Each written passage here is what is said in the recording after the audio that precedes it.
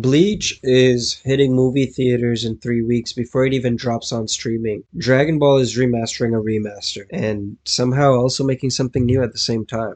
Kagurabachi just locked in its anime for April 2027, and they're already doing a world premiere screening tour. Jujutsu Kaisen is closing its biggest arc while the manga is already over.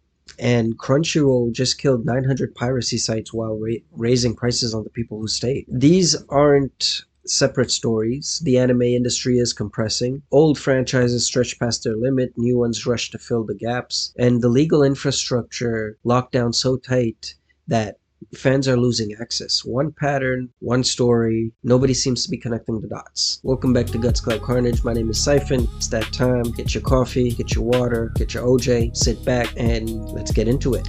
Now, everyone's treating these anime like individual events. Bleach fans hype for Cour 4, Dragon Ball fans debating the Beerus Enhanced Edition, Kagurabachi fans excited something's finally happening. Zoom out, and the pattern says the anime industry is about to break. Not because individual shows are failing, but because the entire structure is running out of stories to sell. Bleach 1000 Year Blood War Cour 4 drops July 2026. The final core, the end of Bleach. But here's what I need you to notice. The first 3 episodes are hitting theaters in North America right now, June 25th through the 29th. The screening in cinemas before it even streams, sorry. That's not normal. It's a franchise being treated like a theatrical event. And Kubo is adding anime-only content that was never in the manga. New scenes, expanded fights, story beats the manga rushed or skipped entirely. Sounds like a gift, the studio giving fans more Bleach, but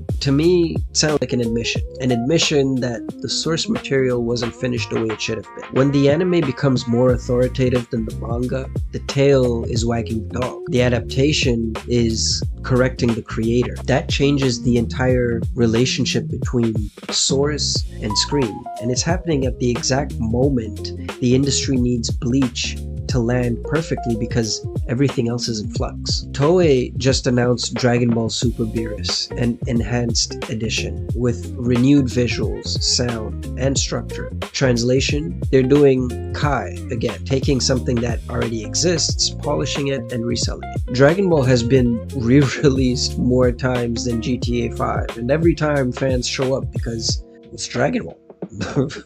But here's the thing, and this is where I think it gets a little interesting. They also announced Dragon Ball Super, the Galactic Patrol, and I think a little is an understatement. A brand new continuation, picking up after the Tournament of Power, actually going somewhere. So Toei is doing both at the same time, the remaster and the new story. And that's almost more telling than if they just, recycle, because it means they know they can't survive on nostalgia anymore. They're covering both angles. Old fans get the polish, new fans get the direction.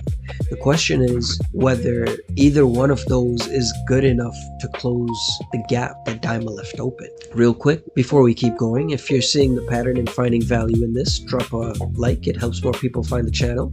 Share this with somebody in your life who's deep in the anime world. They need to hear this. Leave your thoughts in the comments. I actually do read them. And if you're not subscribed yet, hit that button now, because we do this every week. Anyways, let's get back into it. Jujutsu Kaisen, the manga is done.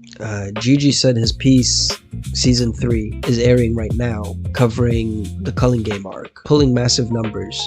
But here's what people aren't talking about. JJK is the first major shonen in years to actually finish. Not cancelled, not indefinite hiatus, it ended. And that ending divided people, but the conversation around it revealed something a little bit bigger. Anime fans right now don't know how to actually handle a completed story anymore. We've been trained on endless franchises, Dragon Ball that never stops, One Piece running longer than most viewers have been alive, Bleach that came back from the dead. When something actually ends, the ecosystem doesn't know what to do with it. No sequel pipeline, no spin-off announcement, just silence. And in that silence, something else takes over, something new. Kagurabachi, the anime announcement dropped in April and Reddit went insane. They went berserk. 10,000 upvotes, top comment. It's unironically the next big battle shonen. but it gets more specific than that. The anime is confirmed for April 2027. The studio is doing a full world premiere tour. First 20 minutes episode 1 screening at the Anime Expo on July 3rd. That's 3 days after Bleach. Think about the timelines for a second. The old guard closing out in movie theaters, and the new generation doing a world premiere in the same week. Everyone's comparing Kagurabachi right now to JJK, the next Jujutsu Kaisen, the successor to Demon Slayer. Maybe it is, but Kagurabachi isn't filling a gap, it's exposing one. Every franchise I just mentioned, Bleach, JJK, Dragon Ball, they're all in some form of maintenance or transition mode. Rewriting endings, remastering old content, wrapping up. Kagurabachi is the only one that's actually starting clean. And the industry is betting on it because they need it to work.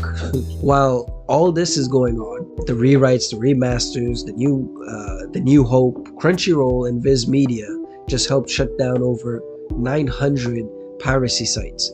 Anywatch, 9anime, Anime FLV, Anikai, all gone. No warning, no explanations, just gone. Combine the piracy crackdown with the franchise recycling, and the picture starts getting clearer.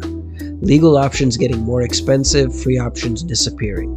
The content itself either ending or being resold to you. It's not a healthy industry. It's becoming a controlled ecosystem. The anime industry in 2026 isn't in a golden age, it's in a compression.